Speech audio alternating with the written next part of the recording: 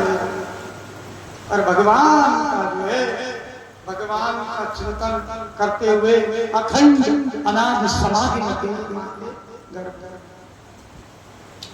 अब जब गर्भ में समाधि लगा दिए तो समाधि 1-2 वर्ष की नहीं है, 10 वर्ष हो गए, 12 वर्ष हो गए। सुखदेव जी महाराज ने माँ के गर्भ को ही मंदिर बना दिया है और उसी में जो है अपना न तो जपो सदा तेरा नाम दयालो दया करो, भगवान का भजन करते हैं, भगवान का कीर्तन करते हैं, भगवान का गुण अनुवाद करते हैं। और जो आज इधर माँ बेटी का बड़ा कष्ट, माँ बेटी का कही वेद व्यास से, व्यास जी सुनते हो, मेरे उधर से जो है, मेरे पेट से जो है वेद की ध्वनियां उच्चारित होती है, सुनाई देती है मुझे वेद की ध्वनियां, और जो है बहुत वेदना होती है, बहुत पीड़ा होती है, इसको कहो ना कि बाहर आ जाए। सुखदेव जी महाराज को आप कहो ना कि ये बाहर आ जाए, बहुत कष्ट होता है। तो वेद व्यास जी कहे कि हे पुत्र, हे बेटा, आप बाहर आ जाओ। तो अंदर से आवाज आती है, मैं बाहर नहीं आऊंगा पिताजी। क्यों बेटा, क्यों नहीं बाहर आओगे? पिताजी वहां मुझे विष्णु की माया घेर लेगी।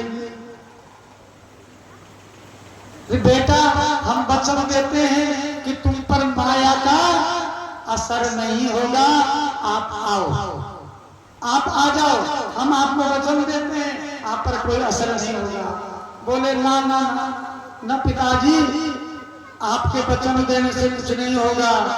यदि स्वयं मायापति आकर के हमसे कहें कि तुम पर माया का कोई असर नहीं होगा, तब हम बाहर आ सकते हैं।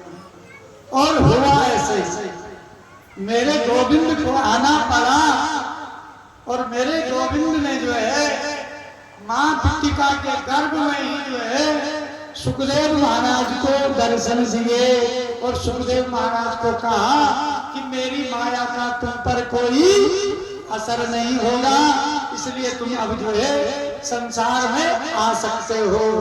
और जो है सुखदेव जी महाराज आए, बोले सुखदेव जी महाराज की। और जैसे ही सुखदेव महाराज का प्राकट्य हुआ तो सुखदेव जी महाराज बाहर आए, 12 वर्ष के 12 वर्ष का बालक, और सीधे का जंगल की ओर गए, भगवान का भजन करते हुए और जंगल की ओर गए। और पीछे से वेद व्यास पुत्र पुत्र पुत्र पुत्र करते हुए भाग रहे हैं, बेटा रुक जाओ, बेटा रुक जाओ। लेकिन सुखदेव जी महाराज तो जो है दिगंबर है, वो कहाँ सुनने वाले, सीधे जाकर के जो है जंगल में गए और वही समाधि लगाई। और समाधि में क्या कहने लगे, भगवान का भजन करने लगे।